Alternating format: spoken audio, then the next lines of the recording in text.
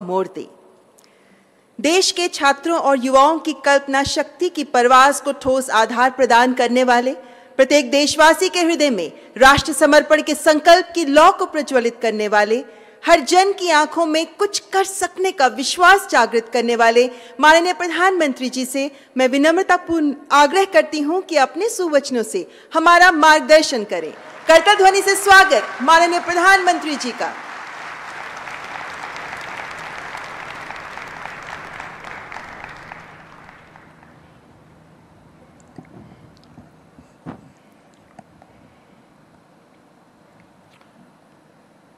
कार्यक्रम में उपस्थित कैबिनेट में मेरे वरिष्ठ सहयोगी श्रीमान राजनाथ सिंह जी, डॉक्टर जितेंद्र सिंह जी, साइंस और टेक्नोलॉजी कम्युनिटी के सभी सम्मानित सदस्य और मेरे युवा साथियों, आज 11 मई का ये दिन भारत के इतिहास के सबसे गौरवमयी दिनों में से एक है। आज भारत के वैज्ञानिकों ने पोखरण में वो उपलब्धि हासिल की थी जिसने मां भारती की हर संतान का सिर गर्व से ऊंचा कर दिया था। मैं वो दिन कभी भूल नहीं सकता जब अटल जी ने भारत के सफल परमाणु परीक्षण की घोषणा की थी। पोखरण परमाणु परीक्षण के जरिए भारत ने न केवल अपने वैज्ञानिक सामर्थ्य को साबित किया, बल्कि भारत के वैश्विक कद को एक नई ऊंचाई भी दी थी। अटल जी के शब्दों में ही कहूं तो अपनी ध्येय यात्रा में हम कभी रुके नहीं हैं, किसी चुनौती के समक्ष कभी झुके नहीं हैं। मैं सभी देशवासियों को आज के दिन की नेशनल टेक्नोलॉजी डे की बहुत बहुत शुभकामनाएं देता हूं। साथियों, आज इस अवसर पर कई फ्यूचरिस्टिक इनिशिएटिव्स का लोकार्पण और शिलान्यास भी हुआ है। मुंबई में national hadron beam therapy facility पर रेडियोलॉजिकल रिसर्च सेंटर हो, विशाखापट्टनम से के बार्क कैंपस में rare earth permanent magnet plant हो, मुंबई की फ्यूजन मौली 99 प्रोडक्शन फैसिलिटी हो, या विभिन्न शहरों के कैंसर हॉस्पिटल हो, ये सभी संस्थान न्यूक्लियर टेक्नोलॉजी की मदद से मानवता की और भारत की प्रगति को गति देंगे। आज Tata institute of fundamental research और laser interferometer gravitation wave observatory LIGO India का शिलान्यास भी हुआ है। लाइगो 21वीं सदी के सबसे बेहतरीन साइंस एंड टेक्नोलॉजी इनिशिएटिव में से एक है। दुनिया में गिने चुने देशों के पास ही इस तरह की ऑब्जर्वेटरी आज है। भारत के स्टूडेंट्स और साइंटिस्ट के लिए ये ऑब्जर्वेटरी आधुनिक रिसर्च के नए अवसर लेकर आ रही है। मैं इन प्रोजेक्ट्स के लिए भी देश के वैज्ञानिक समुदाय को, सभी देशवासियों को बधाई देता हूं। साथियों, इस समय हम आजादी के अमृतकाल के शुरुआती महीनों में है। हमारे सामने 2047 के स्पष्ट लक्ष्य हैं। हमें देश को विकसित बनाना है, हमें देश को आत्मनिर्भर बनाना है। भारत की इकोनॉमिक ग्रोथ हो, सस्टेनेबल डेवलपमेंट गोल हो, या फिर इनोवेशन के लिए एक इंक्लूसिव इकोसिस्टम का निर्माण करना हो, टेक्नोलॉजी कदम कदम पर हमारे लिए जरूरी है। और इसलिए आज भारत एक नई सोच के साथ 360 डिग्री होलिस्टिक अप्रोच के साथ इस क्षेत्र में आगे बढ़ रहा है। भारत टेक्नोलॉजी को अपना दबदबा कायम करने का माध्यम नहीं, बल्कि देश की प्रगति को गति देने का एक टूल मानता है।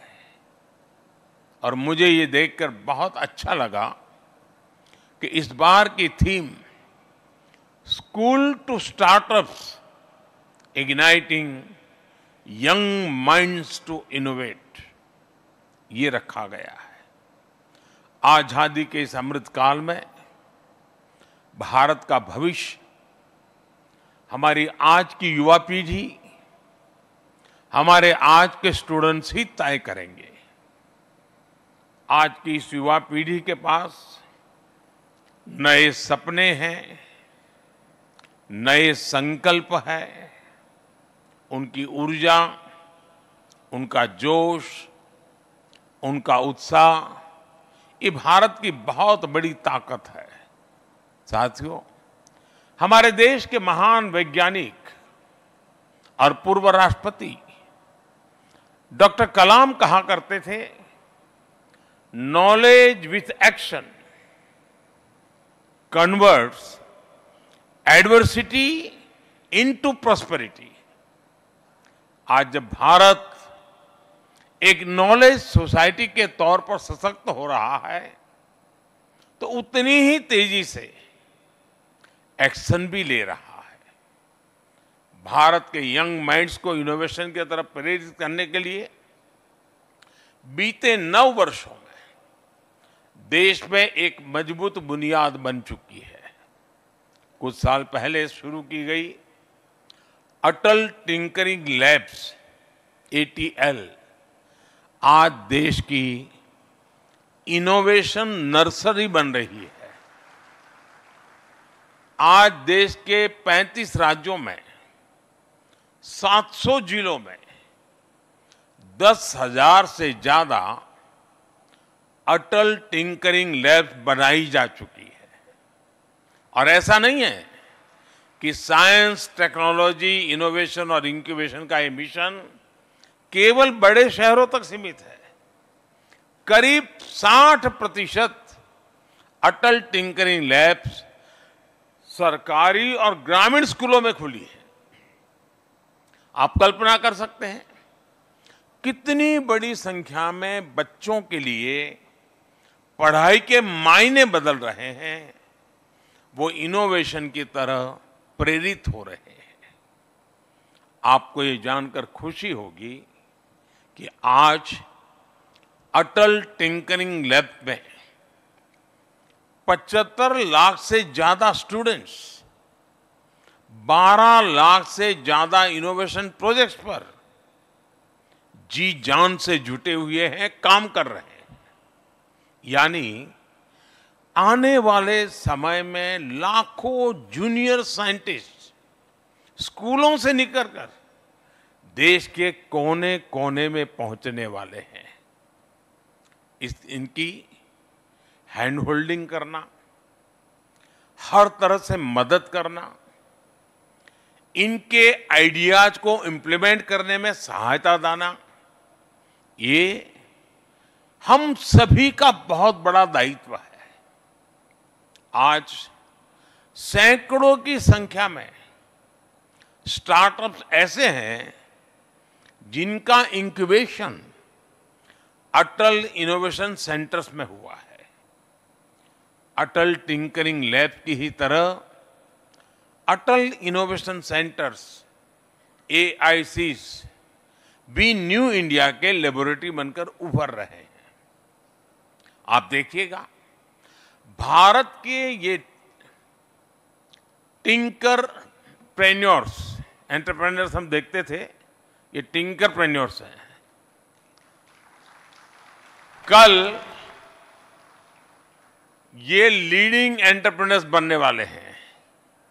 साथियों, महर्षि पतंजलि का एक सूत्र है, परमाणु परम महत्व अंतः अस्य वशीकारः। यानी जब हम किसी लक्ष्य के लिए पूरी तरह समर्पित हो जाते हैं तो परमाणु से लेकर ब्रह्मांड तक सब कुछ वश में आ जाता है। 2014 के बाद से भारत ने जिस तरह साइंस और टेक्नोलॉजी पर जोर देना शुरू किया है, वो बड़े बदलावों का कारण बना है। हमने जो स्टार्टअप इंडिया अभियान शुरू किया, जो डिजिटल इंडिया अभियान शुरू किया, जो नेशनल एजुकेशन पॉलिसी बनाई, उसने भी टेक्नोलॉजी क्षेत्र में भारत की सफलता को नई ऊंचाई दी है। पहले जो साइंस केवल किताबों तक सीमित थी, वो अब एक्सपेरिमेंट से आगे बढ़कर ज्यादा से ज्यादा पेटेंट्स में बदल रही है। भारत में 10 साल पहले एक वर्ष में 4000 के आसपास पेटेंट ग्रांट होते थे। आज इनकी संख्या सालाना 30,000 से भी ज्यादा हो गई है। भारत में 10 साल पहले सालाना 10,000 डिजाइन रजिस्टर होते थे। आज भारत में सालाना 15,000 से ज्यादा डिजाइन रजिस्टर हो रहे हैं। भारत में 10 साल पहले सालाना 70,000 से भी कम ट्रेडमार्क रजिस्टर होते थे। आज भारत में सालाना 2.5 लाख से ज्यादा ट्रेडमार्क रजिस्टर हो रहे हैं। साथियों, आज भारत हर उस दिशा में आगे बढ़ रहा है जो एक टेक लीडर कंट्री के लिए जरूरी होता है। आप में से कई साथी जानते हैं, 2014 में हमारे देश में करीब 150 के आसपास ही इंक्यूबेशन सेंटर्स थे। आज भारत में इंक्यूबेशन सेंटर्स की संख्या 650 भी पार कर चुकी है। आज भारत ग्लोबल इनोवेशन इंडेक्स में 81 नंबर पे था, वहां से ऊपर उठ करके 40वें स्थान पर पहुंच चुका है। आज देश के युवा, हमारे स्टूडेंट्स अपने डिजिटल वेंचर्स खड़े कर रहे हैं, स्टार्टअप शुरू कर रहे हैं।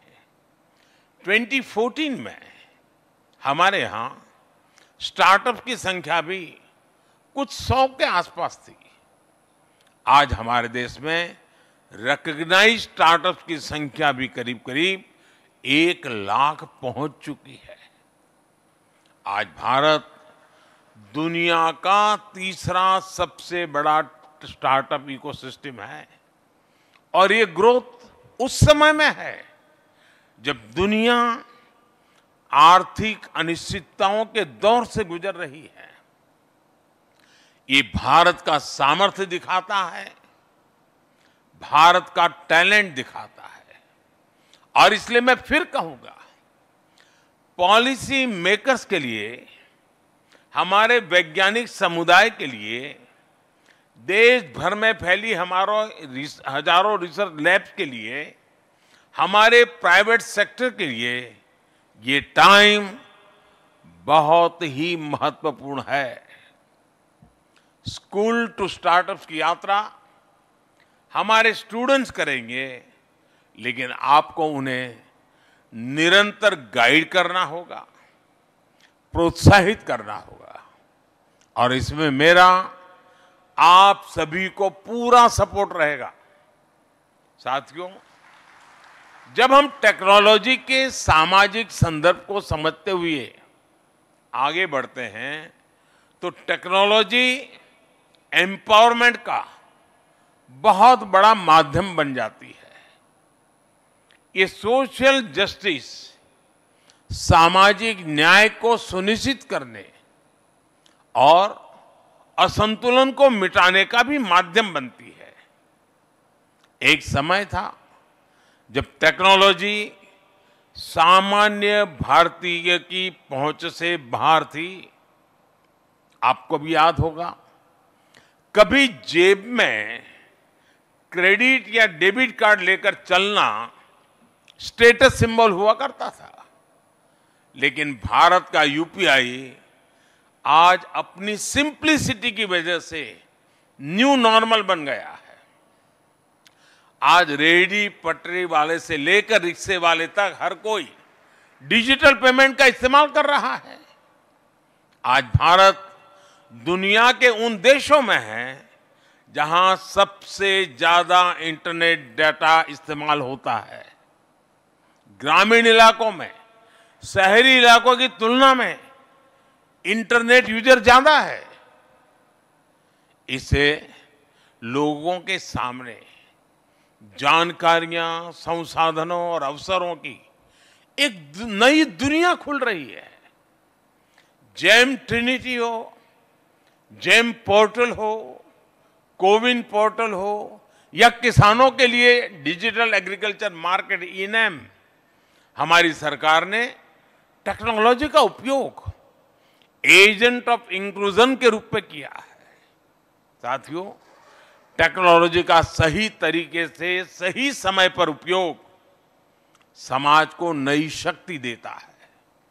आज भारत में जीवन चक्र के हर पड़ाव के लिए कोई न कोई टेक्नोलॉजिकल सॉल्यूशंस तैयार हो रहे हैं। जन्म के समय ऑनलाइन बर्थ सर्टिफिकेट की सुविधा है। बच्चा जब स्कूल की शुरुआत करता है तो उसके पास ई पाठशाला और दीक्षा जैसे फ्री ई लर्निंग प्लेटफॉर्म्स है। और आगे बढ़ने पर वो नेशनल स्कॉलरशिप पोर्टल पर स्कॉलरशिप के लिए अप्लाई कर सकता है। जब वो अपनी नौकरी शुरू करता है तो उसके पास यूनिवर्सल एक्सेस नंबर की सुविधा है, ताकि जॉब बदलने पर भी उसे कोई दिक्कत ना आए।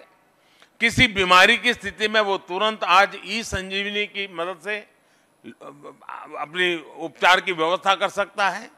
बुजुर्गों के लिए बायोमेट्रिक एनेबल्ड डिजिटल सर्विस, जीवन प्रमाण की सुविधा है।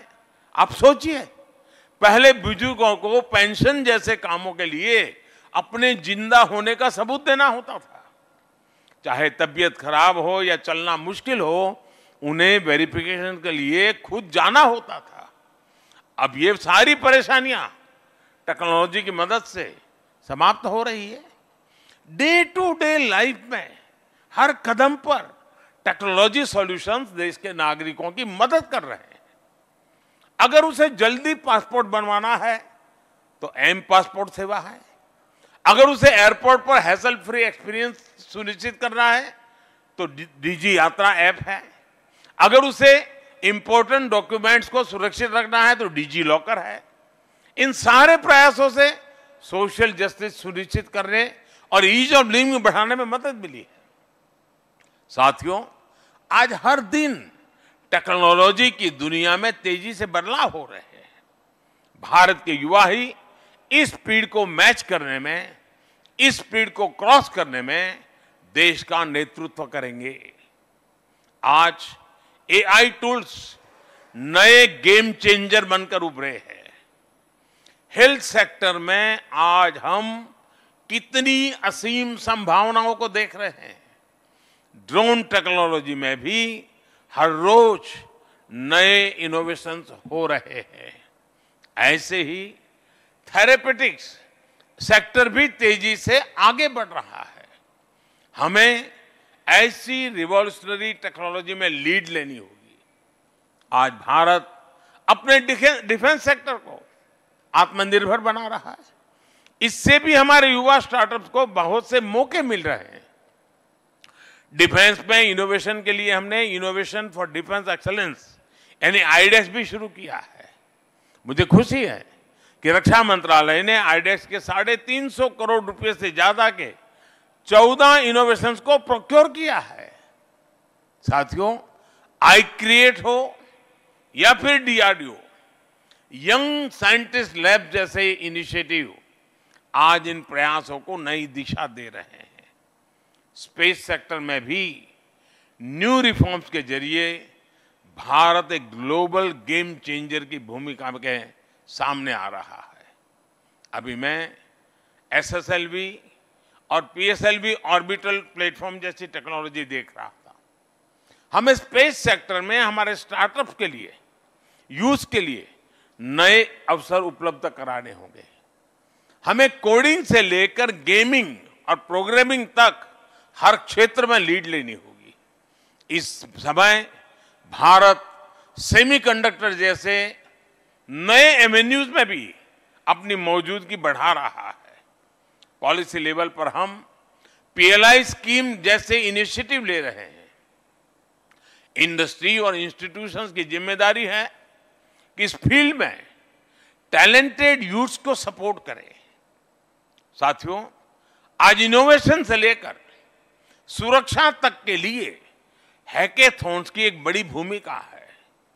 सरकार इन्हें लगातार प्रमोट कर रही है। हमें हैकेथॉन कल्चर को आगे बढ़ाना होगा।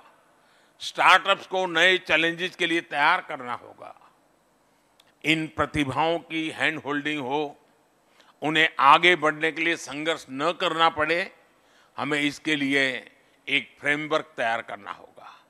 खासकर अटल टिंकरिंग लैब से जो युवा निकल रहे हैं, उन्हें इन्वॉल्व रखने के लिए एक इंस्टीट्यूशनलाइज्ड सिस्टम होना चाहिए।